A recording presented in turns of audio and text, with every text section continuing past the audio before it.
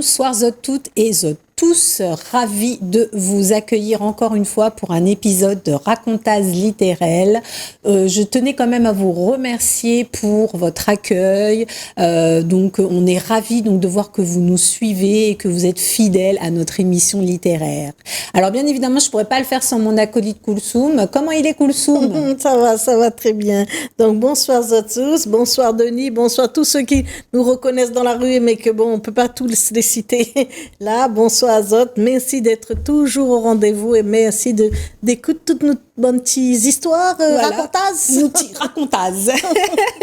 Alors, ce soir, on va parler un peu d'un univers onirique, maritime. On va parler aussi avec une jeune autrice avec un parcours assez atypique et vraiment résilient. Bonsoir, Angélique Cadet. Bonsoir. Bonsoir Angélique et bienvenue sur notre plateau parce que tu étais déjà venue et bien bon retour parmi nous. Merci, toujours un plaisir d'être là. Ah super, bien. Alors donc tu es donc une jeune autrice de Saint-Pierre, donc une autrice pays. Tamponnaise, maintenant. Tamponnaise. Voilà. Donc elle est partie un peu dans les hauts, un peu de fraîcheur.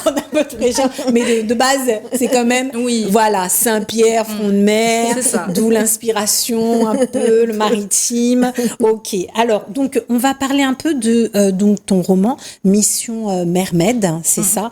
Donc, qui s'est décliné en plusieurs tomes. C'est ça. D'accord. Et donc, pour les téléspectateurs, on va un peu donc parler un peu du synopsis de l'histoire. Donc c'est l'histoire d'une jeune adolescente, Alia, qui est un peu mal dans sa peau quand même, hein. Oui. Tortille quand même. Hein. Voilà, elle a pas trop de copines, elle a une seule amie, mais bim, son amie, elle va se faire massacrer par une sirène. Et donc à partir de là, on va entrer dans un univers assez fantasmatique, féerique, voilà. Alors je sais que je me suis un peu renseignée sur toi. La rencontre avec l'écriture s'est faite à partir de tes 21 ans. Il y a eu un épisode, tu peux nous le rappeler rapidement, l'épisode des 21 ans. C'est ça, c'est le jour de mon anniversaire pour mes 21 ans. Qui n'est pas si loin, hein, parce que bon... Oui, c'était il y a 6 ans, maintenant j'ai 27 ans. Voilà. Donc j'étais toute seule chez moi et je me suis dit, il y a un atelier juste en face, je vais y aller, je vais découvrir un peu... autre chose, et c'était un atelier de manga, il fallait inventer un personnage avec d'autres jeunes et tout, et puis j'ai commencé à inventer le personnage d'Alia, et j'ai commencé à écrire, et je me suis jamais arrêtée. Tant mieux pour nous. Voilà. Tant mieux pour nous, c'est vrai. Alors, ce qui est intéressant, en fait, dans ce roman-là, donc, c'est justement le fait d'avoir ciblé sur ce personnage donc d'adolescente mal dans sa peau, et après qui va finalement prendre confiance en elle, Tantine, elle va devenir, tu vois, une femme. Vraiment. Bref, on va pas tout dire. Après, il y a le petit Michael là qui est là. Donc voilà, donc c'est un peu cet univers d'adolescence, enfin l'adolescence que tu affectionnes. Voilà. Et en fait, ce qui est touchant, c'est que, moi, en tout cas, ce qui m'a plu, c'est que cette action se passe à La Réunion, dans le sud. Hein, tu parles de Terre Sainte, tu parles, de la Ravine Blanche, il me semble, si je me suis pas trop trompée. Voilà. Bon, bref. Et donc, alors, pourquoi cet attachement à notre île, justement? Pourquoi lui donner une part de mystère comme ça? Enfin, déjà, je voulais faire à La Réunion parce que je voulais que ça ait l'air, réaliste. Oui. Je voulais pas parler, par exemple, d'une ville où j'étais jamais allée, que je connaissais pas la culture, etc., etc. Donc, et je voulais faire quelque chose de beau. Et pour moi, le Théa-Sainte, on appelle ça le quartier pêcheur. Oui. Je trouve que là-bas, il y a une âme, tu vois, avec toutes les fresques sur les murs. Il y a comme une espèce d'énergie un peu mystique où tu aurais envie presque de croire que les sirènes existent. Oui. Et du coup, je me suis dit, je suis sûre que les gens qui vont là-bas, ils sentent cette énergie-là. Et même les lecteurs, peut-être, qui ont lu et qui vont retourner là-bas, ils vont croire que c'est presque magique et ça pourrait sembler presque réel. Et donc, ça s'est fait un peu comme ça. Mais il y a une sirène qui a été vue à Manapani, hein. Oui. À Manapani. Oui. Il y a une sirène qui... Non, mais alors, juste pour l'anecdote, moi, j'ai une vieille tante qui m'avait parlé d'une histoire de sirène. Et c'est une dame de Saint-Pierre qui m'avait dit, si dans le temps on avait des histoires avec sirène. Je dis, arrête, n'importe quoi. Et donc, il y a peut-être ces légendes-là qui restent. Moi, il y a même des lecteurs qui viennent Voilà. parfois me raconter les légendes de leur grand-mère. etc. Exactement. Donc, c'est un truc Donc, vraiment qui oui. fascine, quoi. Oui. Ouais. Et donc, qui dit pêcheur dit forcément la rencontre avec des créatures donc on connaît pas. Et donc, il y a un monde quand même, assez mystico. Mais là, il y a une voilà. danseuse nageuse qui s'habille avec la tenue Oui. de sirène. Dans et qui... l'aquarium. Là, c'est pas Non, l'aquarium. c'est pas Là, l'aquarium. on est dans le petit bassin de Manapani. D'accord. Ah ben ça, tu vois, j'étais pas au courant. J'étais surprise. Je me suis dit, tiens, Mission Mermaid est arrivée. Voilà, exactement. Il y a plusieurs sirènes professionnelles à La Réunion maintenant. Exactement. Ouais, il y a un Donc, business tu qui a as fonctionné. pu être l'inspiratrice, finalement. de Ah non, ça. je dirais pas Non. ça. Parce que j'ai des copines sirènes avec qui je travaille. Je peux pas D'accord. dire qui est né en premier. Mais moi, j'étais ravie parce que moi, je me souviens que quand mes filles étaient petites, elles voulaient s'acheter ces vêtements. Eh ben, on n'en trouvait pas. J'ai commandé même au States. C'est jamais venu. Il y a un magasin à La Réunion. Voilà. Je fais pas de sponsoring, mais Oui, non, mais, qui en vend, ouais. Maintenant, mais là, je te parle, elle a 25 ans, ma fille. Bah oui, Donc, c'est sûr alors, que pour revenir à Mission Mermaid, c'est la sortie du 4e tome, Alors, c'est le ça 4e tome, il va sortir en fin d'année. Ah, il n'est Voilà. pas encore sorti. Très bientôt. Parce qu'on Mais là, l'attendait, je l'ai emmené pour l'exposer voilà, officiellement. en avant-première. D'accord. Et on va le retrouver dans les librairies que À partir du mois de décembre. D'accord. D'accord. Mais décembre, il est en train de se fabriquer doucement. Voilà. Ah, bah oui. Par contre, le sous-titre est pas très Armageddon. Savez-vous ce que ça veut dire? L'Armageddon, c'est la fin du monde, Oui, c'est oui, voilà, c'est ça. apocalyptique. Voilà. Oh là là. Un monde de sirènes où il n'y a plus de sirènes. Ah, là, c'est le mystère. C'est le mystère. Là, j'essaie de.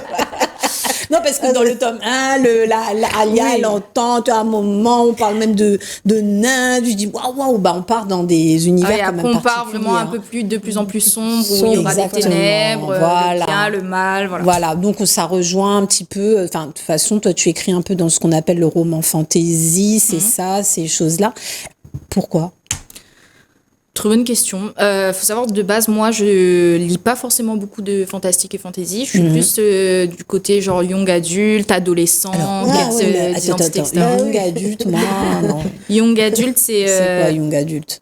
adulte, adolescent en romance. cours de devenir adulte, voilà. Avec beaucoup de romance. Ok. Voilà, qui D'accord. se cherche. Qui se cherche, mais qui est adulte. D'accord. Ou en devenir. Ou en devenir, d'accord.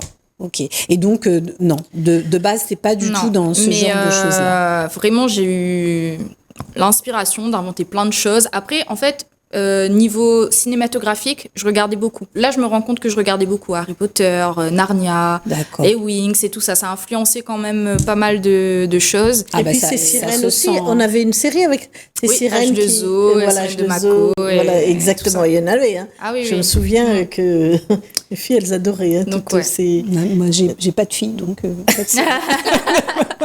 Et donc là, tu restes dans cet univers de sirènes. Est-ce que à côté, tu penses écrire autre chose, penses Non. à sortir, ou pour le moment, c'est Pour le confortable? moment, déjà, c'était un long parcours. C'est quand même 6 ans d'écriture où j'ai fait évoluer des personnages, Oui. carrément à tout un univers, parce qu'il y a le monde des sirènes, après il y a le monde des elfes, et après il y a crossover des deux, plus le monde de la Terre qui s'embarque et tout ça. Donc j'ai créé tout un univers avec plein de personnages qu'il fallait développer, finir, avec chacun leurs problématiques, et je voulais qu'ils soient tous vraiment accomplis dans leurs problématiques et dans leur chemin de vie, etc. Et donc moi-même, en fait, à travers cette saga, j'ai grandi aussi, et j'ai traité un peu mes problématiques personnelles à travers mes personnages, dont la culpabilité, c'est mon thème fort. Et le dernier, il était très dur pour moi à écrire, parce que j'étais un peu dans ma phase de guérison aussi personnelle, et en même temps, je devais guérir mes personnages pour en même temps me guérir. Donc je sais pas si c'est moi qui a guéri mes personnages ou si c'est mes personnages qui m'ont guéri finalement. Mais c'est les deux. Mais c'est Oui, les on deux. va dire que c'est les deux. Et c'était tellement lourd, en fait, émotionnellement, que là, pour l'instant, je me dis pas, je dirais que je vais renchaîner un truc, quoi. C'était vraiment quelque chose, limite, c'était l'œuvre de ma vie, on va dire. Et pour l'instant, on verra. Là, je l'ai fini. Je suis très, très contente d'avoir fini cette saga. D'accord. C'était un temps de digestion. Ah, c'était un temps de ma vie. Voilà. Oui, parce qu'on le sent, pour avoir accueilli il y a quelque temps la jeune Toujours jeune, hein. 27 ans quand même. Mais oui, et puis pour t'avoir vu sur des séances de dédicaces où tu étais déguisée, tout ça. Et puis maintenant, on sent cette évolution. On sent que tu as grandi, on sent que les étapes, tu les as franchies ou gagnées à coups de combat, j'ai envie de dire. Et puis bon, en tout cas, on est heureuse pour toi. Parce que c'est jamais facile pour les femmes. On a l'impression, que c'est facile. J'allais venir à ça, justement, le fait d'être une femme dans cet univers. On sent quand même que tu es assez résiliente. Enfin, si on s'attarde un peu sur ton parcours de femme en tant que femme, on voit que ça n'a pas été facile. Et pourtant, tu restes toujours avec ton âme de rêveuse. Oui, j'ai toujours un petit côté enfant.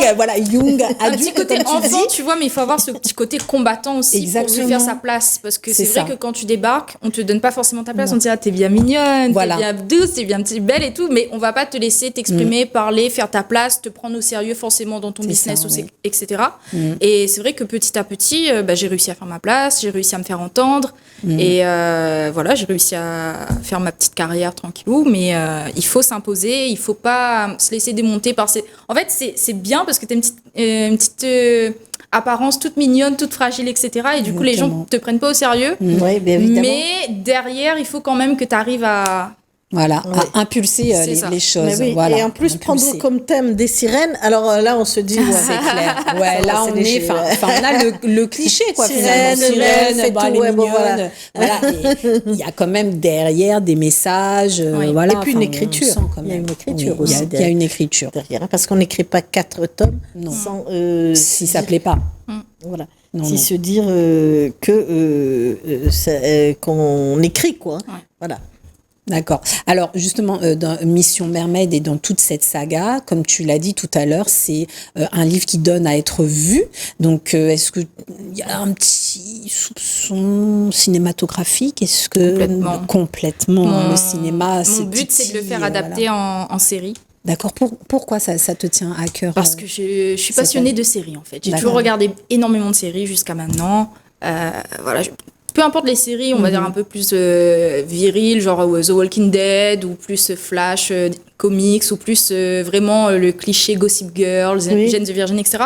En fait, je suis fan absolue de séries, et moi-même, quand je l'ai écrit, j'ai visualisé chaque scène cinématographique dans ma tête, à quel point ça pourrait être beau et à quel point ça pourrait être un effet visuel magnifique, en fait. Et du coup, petit à petit, j'ai fait mon chemin, je trouve un producteur génial, une réalisatrice géniale, et j'ai hâte qu'on arrive à créer vraiment quelque chose de très concret et que tout le monde puisse voir le résultat visuel dans les années à venir. Enfin, c'est tout ce que je nous souhaite. Voilà. Mais c'est clair. Alors peut-être une autre flèche à ton arc. Ouais, j'aimerais bien devenir scénariste, réalisatrice, scénariste. Scénariste pour le moment. Parce que pour moi, réalisatrice, il faut vraiment que tu aies beaucoup d'expérience et que moi je rentre. C'est une autre étape en fait. Voilà, petite porte scénariste, et peut-être dans quelques années, à force de rester dans le milieu du cinéma et que ça va me plaire, peut-être que j'aurai une ambition future de devenir réalisatrice, mais bon, c'est pas encore à ce stade pour le moment. D'accord, très bien. Et donc, j'ai vu que tu animais aussi des ateliers d'écriture auprès des enfants dans les écoles. Qu'est-ce que ça t'apporte, ce contact-là? C'est du bonheur. C'est du bonheur. À l'état pur. Oui, c'est sûr. Et j'imagine que ça peut nourrir aussi mais en fait, moi, j'ai pu créer ça à travers un atelier. Oui. Et du coup, je me dis, en faisant des ateliers pour les autres, ça peut créer cette petite étincelle chez quelqu'un d'autre et faire naître un futur artiste, dessinateur ou auteur, peu importe. Mais c'est partager cette espèce de passion et de voir aussi que ça anime aussi d'autres gens, c'est merveilleux, quoi. Donc voilà. Mais bien sûr. Et puis les enfants, ils partent toujours dans un monde plus rapidement que les grands. Ils rentrent dans un monde. Ils ont moins de barrières. Voilà. Et l'imagination chez eux, c'est encore c'est spontané, ça vient. Clairement. Il n'y a pas besoin de trop en dire ou de trop parler. Ils produisent déjà quelque chose. Alors que c'est vrai que pour des adultes, il faut quand même aller chercher. Oui, l'enfant bien enfoui là, qui est bien enfoui, bien caché, qui est bien enfoui en soi. Alors, on t'avait demandé, je ne sais pas si tu as emmené quelque chose. j'ai ramené. Caractérise. Alors, toute une histoire là-dessus. Alors, bah voilà. On va écouter. Alors déjà, Faut le montrer peut-être, hein, parce Oui. que là... Sinon, on va pas le voir. Voilà. c'est une brosse Elsa de la Reine des Neiges. Voilà. Là, on y est, là. Mais déjà, j'avais du mal à trouver mon objet. Donc j'ai demandé à ma fille, si j'étais un objet, je serais quoi? Et du coup, elle m'a dit, mais c'est très beau ce qu'elle m'a dit, ça mérite de le redire. Elle m'a dit que je serais une statue de sirène, parce qu'une statue, c'est une œuvre d'art Ah, bien qui sûr. est admirée. Et une statue, c'est solide, et je suis une femme forte. Mais si quelque chose de très lourd me tombe dessus, je me brise en 1000 morceaux. Là, j'ai failli pleurer. Je me suis dit, en fait, elle voit aussi mon côté vulnérable et tout ça. Et oui. Mais j'ai pas de statue chez moi. D'accord. Donc, je réfléchis. J'ai voulu ramener un stylo. D'ailleurs, Nicolas, Oui. un stylo, j'ai dit, heureusement que je n'ai pas ramené un stylo. Et puis, je me suis souvenue de cet objet, du coup, que c'est ma meilleure amie qui me l'a offerte. Au début, j'étais en mode, d'accord, une brosse Disney. Je sais que je suis un enfant, mais quand même, au début, j'avais pas compris. Et puis, elle m'a dit, en fait, que je suis une Elsa. Pourquoi? Parce que Elsa, elle a un pouvoir en elle Oui. que personne ne comprend et qu'elle a même peur de son pouvoir à elle, en fait. Et moi, j'ai un grand pouvoir en moi et peut-être que j'ai un peu peur de ça aussi.